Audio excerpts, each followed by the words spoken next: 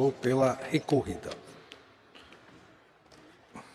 Eu já havia distribuído o voto a todos os eminentes colegas, inclusive estava na sessão virtual, então eu lerei a ementa e, se houver necessidade, eu farei os esclarecimentos necessários. Eleições 2022, recurso inominado, representação, propaganda eleitoral irregular na internet, desinformação, fatos manifestamente inverídicos, discurso de ódio, remoção das publicações, aplicação da multa prevista no artigo 57D da Lei 9.504 de 1997, possibilidade, fixação em patamar máximo, alcance do conteúdo veiculado, desprovimento.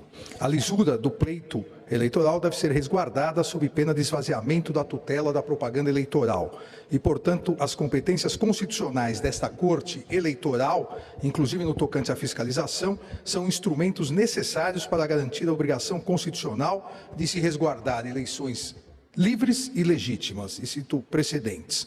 O artigo 57D da Lei 9.504, de 97, não restringe de forma expressa qualquer interpretação no sentido de limitar sua incidência aos casos de anonimato, de forma que é possível ajustar a exegese à sua finalidade de preservar a rigidez das informações divulgadas na propaganda eleitoral, ou seja, alcançando a tutela de manifestações abusivas por meio da internet, incluindo-se a disseminação de fake news tendentes a vulnerar a honra de candidato adversário, que, longe de se inserirem na livre manifestação de pensamento, constitui evidente transgressão à normalidade do processo eleitoral.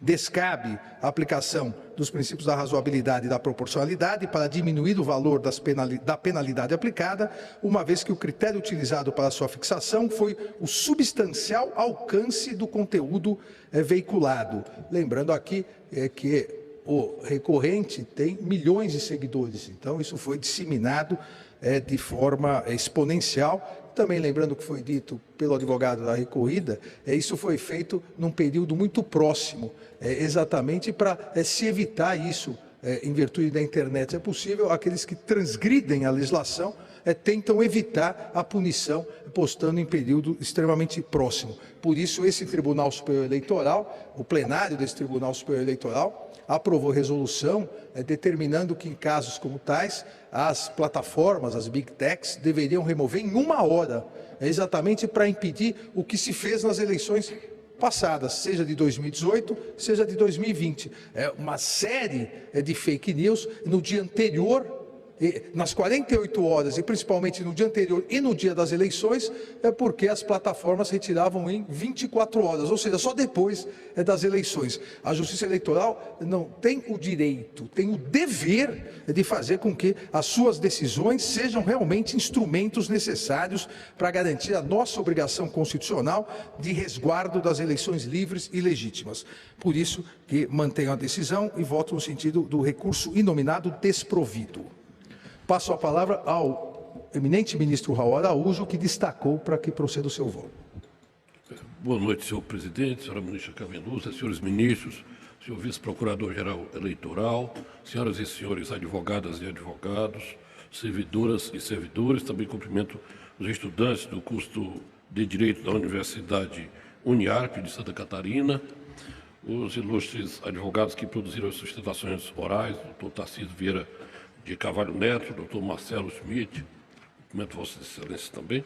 Também o eminente relator, pelo judicioso voto que confirma a densa decisão monocrática que proferiu e agora é objeto deste debate.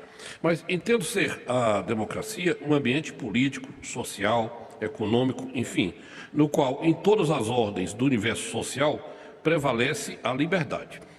A democracia, assim como o mercado fundado na livre iniciativa, é um espaço para permissões, para licitude, para possibilidades, para a criatividade e a livre concorrência e não para proibições, vedações, restrições ou categorias e modelos pré-definidos ou excessivo dirigismo estatal.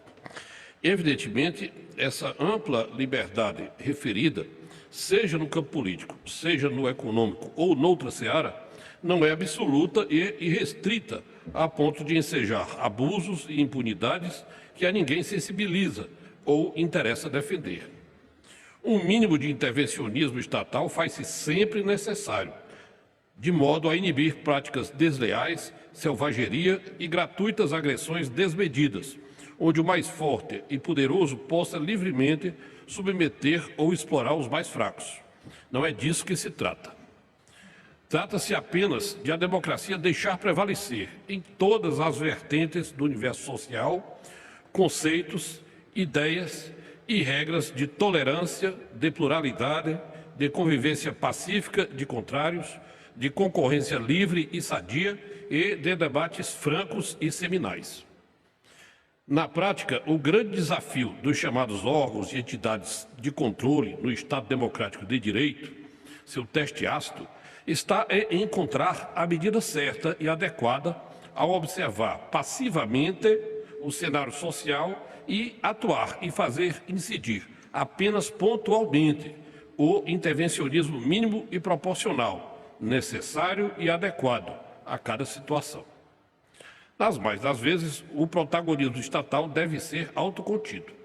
O relevante papel da Justiça Eleitoral deve, segundo penso, observar essas balizas de mínima intervenção para a preservação e aprimoramento da democracia e de suas inerentes liberdades e manifestações. Na hipótese sob exame, renovando as devidas vênias, tenho como improcedentes os pedidos vinculados na presente representação. A propaganda política impugnada, na qual se tem o natural exercício de juízo crítico severo entre adversários, se manteve nos limites da liberdade de expressão e sem descontextualização relevante da fala do candidato da coligação representante, a ponto de alterar substancialmente o conteúdo autêntico. E B, não enseja a aplicação da regra do artigo 57D da Lei 9.504 de 97.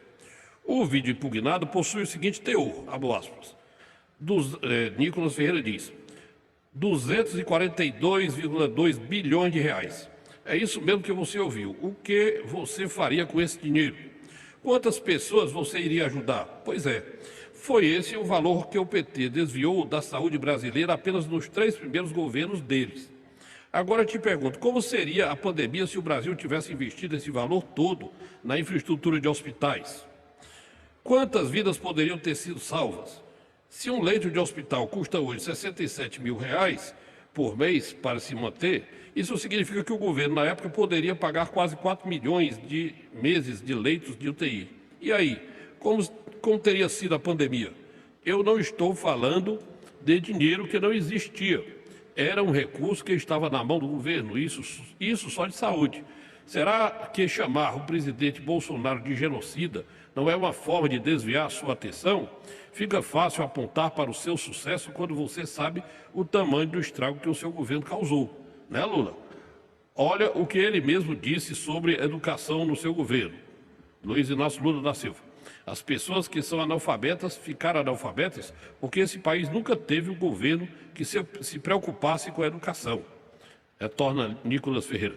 Fique atento, eles mesmos estão admitindo o que fazem, enquanto eles dizem mentiras a nosso respeito, dizemos a verdade a respeito deles.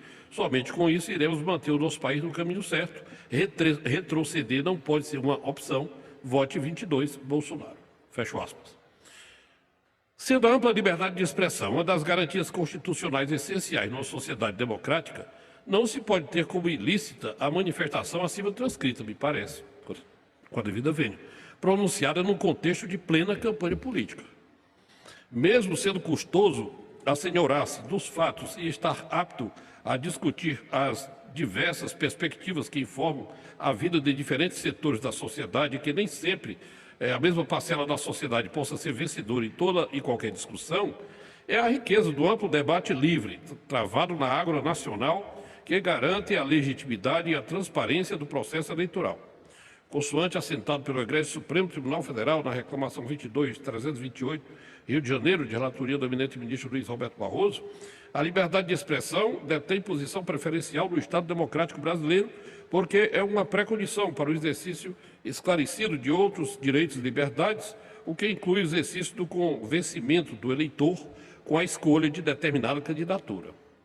Na mesma linha, esta Corte reconheceu que, abro aspas, o caráter dialético imanente a disputas políticas eleitorais exige maior deferência à liberdade de expressão e de pensamento, razão pela qual se recomenda a intervenção mínima do Judiciário nas manifestações e críticas próprias do embate eleitoral, sob pena de se tolher substancialmente o conteúdo da liberdade de expressão. O precedente tem como relator designado o eminente ministro Luiz Fux, e é de maio de 2017. Nesse cenário, a atuação da Justiça Eleitoral para restringir a propaganda eleitoral e, consequentariamente, a liberdade de expressão com a remoção de conteúdos deve ser medida excepcional. Isso porque a propaganda eleitoral é o meio adequado para a livre circulação de ideias políticas e eleitorais, impondo a intervenção minimalista desta justiça especializada, sob pena do comprometimento do próprio direito do eleitor ao acesso à informação. Tratando da dicotomia sobre a proteção da liberdade de expressão e a necessidade de combate à desinformação em campanhas eleitorais, Helder Kuzman explica. Eu trago aqui uma rápida doutrina e retomo. Na espécie, o teor do vídeo impugnado se mantém nos limites da liberdade de expressão político-partidária. Infere-se da peça publicitária uma evidente e aceitável narrativa política, com comentários críticos à atuação do governo da coligação representante, revelando-se críticas próprias do embate eleitoral. A manifestação questionada com a edição das falas do candidato da coligação representante, sem relevante descontextualização, capaz de induzir o eleitor a erro, objetivou salientar o posicionamento de um dos candidatos à presidência da República sobre importante política pública. Nesse contexto, admite-se legítimo o teor do vídeo impugnado, construído com base em uma narrativa política, repita-se, sem grave descontextualização, e que pode e deve ser enfrentada e replicada dentro do próprio cenário do embate político-eleitoral, quase sempre acirrado. Ressalte-se, noutro aspecto, a impossibilidade de aplicação do contido na regra sancionadora do artigo 57 da Lei 9.504, ao caso que ora se examina. Então, primeiramente, procurei mostrar que, no meu entender, não houve qualquer excesso no conteúdo da manifestação daquele, então, candidato a deputado federal. E agora, verificando a norma do artigo 57D da Lei 9.504, entendo não ser ela aplicável ao caso, ainda que se tivesse algum excesso naquela fala, porque o tipo legal diz: é livre a manifestação do pensamento, vedado o anonimato durante a campanha eleitoral por meio da rede mundial de computadores, internet, assegurado o direito de resposta nos termos das alíneas A, B e C, do inciso 4º do parágrafo 3º do artigo 58 e do artigo 58A, e por outros meios de comunicação interestadual mediante mensagem eletrônica. Quer dizer, a violação do artigo sujeita o responsável pela divulgação às multas, mas a divulgação por meio de anonimato. E aqui, no caso, a pessoa do candidato está claramente identificada. Entendo não ser possível aquela extensão, aquela compreensão extensiva que nos traz o eminente relator. Depreende-se que a norma contida no artigo 57D da Lei 9.504 veda a divulgação anônima de propaganda eleitoral, ou seja, impede que o autor de matéria oculte o seu nome com o intuito de dificultar ou impedir sua identificação e, por meio desse ardil, possa se excusar da responsabilidade pelo teor da manifestação política.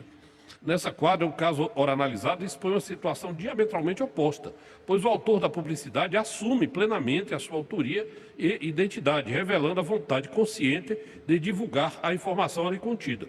Cumpre distinguir que a notícia falsa, como compreendida pelo Poder Judiciário no exercício da fiscalização da propaganda eleitoral, não depende do anonimato do autor para ser entendida como irregular, à luz do artigo 9º da Resolução TSE 23.610, pois ali o que se busca atingir é o teor da veracidade da propaganda eleitoral. E aqui não, aqui é o anonimato.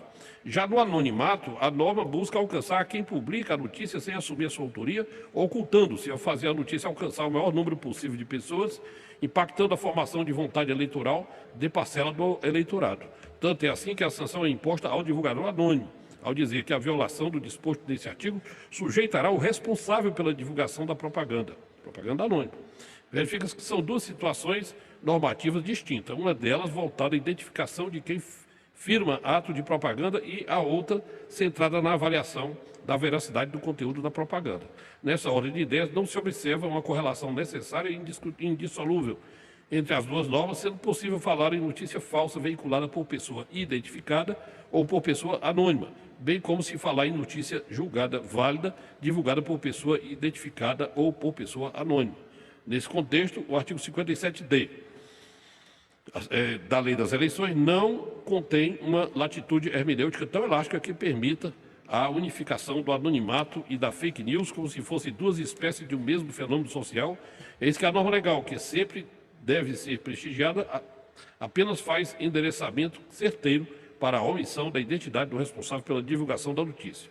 Dito isso, seja porque no caso não se tem nem mesmo propriamente notícia de teor falso, seja por não se ter anonimato a ser reprimido, descabe a aplicação do aludido artigo 57D.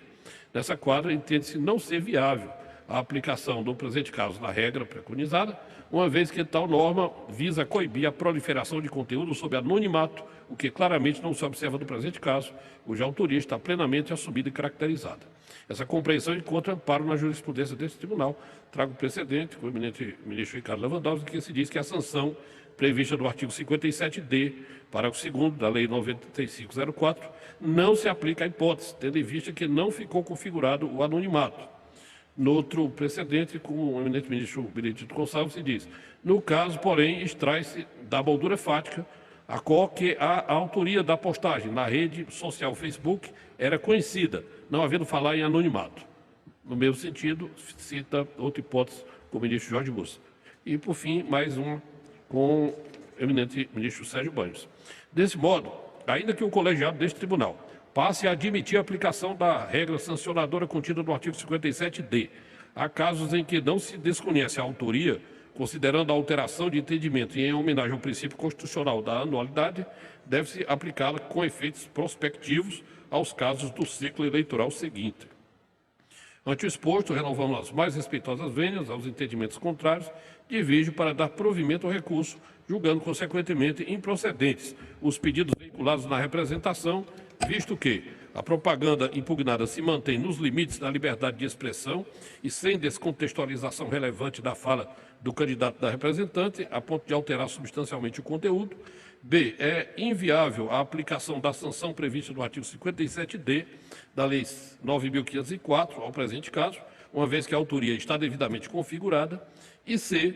No caso de alteração da jurisprudência consolidada, somente prevalecerá ou deverá prevalecer a nova compreensão para situações subsequentes. É como voto. Agradeço ao eminente ministro Raul Araújo, que abriu divergência, dando provimento ao recurso nos termos de seu voto. Colho os votos na sequência original, o ministro Ricardo Lewandowski.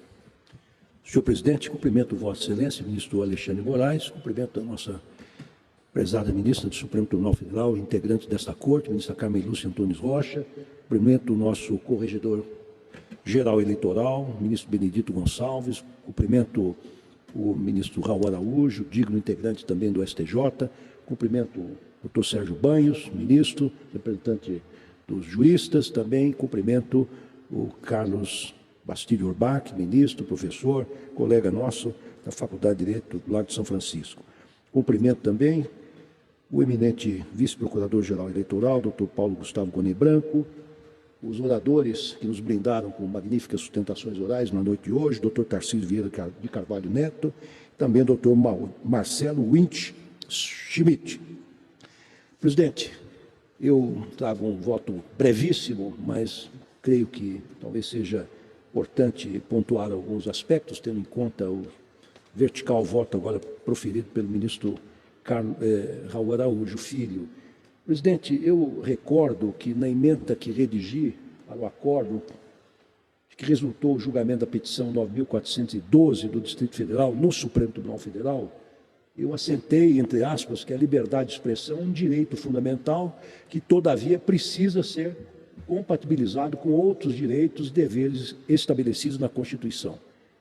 Eu peço vênia para assentar, senhor presidente, que no voto que Vossa Excelência apresentou, estas ideias se encontram expressas com muita contundência e eu destaco que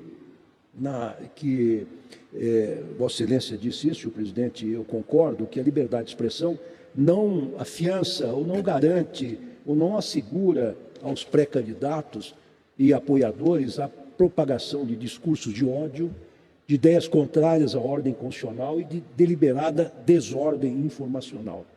Eu me permito recordar, a propósito, que a compreensão de que o direito à liberdade de expressão não é absoluto encontra-se já muito sedimentada na jurisprudência, não apenas desta Corte Superior, e me refiro ao agravo no RESP 0600007223 do Maranhão, de relatoria do então ministro Tarcísio Vieira de Carvalho Neto, entre outros, como também do próprio Supremo Tribunal Federal, e cito aqui o HC 82424 do Rio Grande do Sul, em acórdão lá atrás, redigido pelo ministro Maurício Correia. Também pincei esse, dentre outros precedentes. No caso que nós estamos analisando, eu constato que o agravante, ao associar o seu adversário político a desvio de verbas e descaso com a educação pública, claramente manipulou informações divulgadas na imprensa com o intuito de confundir e desorientar a população, que gradativamente vem perdendo a habilidade de distinguir verdade de falsidade, fatos de versões. Eu ressalto, como fiz no julgamento da representação 0601372 do Distrito Federal, de que fui redator para o acórdão, entre aspas, que o discurso falso não apenas esgarça o tecido social, mas também sufoca a expressão do que lhe é antagônico, efeito social nocivo que esta Corte não pode admitir. Por essa razão, senhor presidente, eminentes pares, mas louvando aí a preocupação do eminente ministro Raul Araújo com a liberdade de expressão, de crítica, que é inerente até às campanhas eleitorais, penso que nesse caso houve um claro desbordamento dos limites constitucionais e legais. Então, por essa razão, eminente presidente, entendo legítima a aplicação da multa prevista no artigo 57D da Lei das Eleições, as hipóteses de disseminação de fake news e de desordem informacional na internet, apoiando-me, para tanto, nos fundamentos jurídicos já exteriorizados no voto vertical que Vossa Excelência acaba de proferiu em assentada anterior. Sublinho a propósito que adotei esse mesmo entendimento das minutas de decisões monocráticas que elaborei em casos similares submetidos à minha relatoria, os quais guardam apenas o pronunciamento do órgão coletivo ou do plenário dessa Corte. Então, com essas brevíssimas considerações, senhor presidente, eu acompanho integralmente o voto que Vossa Excelência proferiu, pedindo vênia ao ministro Raul Araújo, e nego provimento ao recurso inominado. Como voto. Agradeço ao ministro Ricardo Lewandowski. Ministra Carmen Lúcia.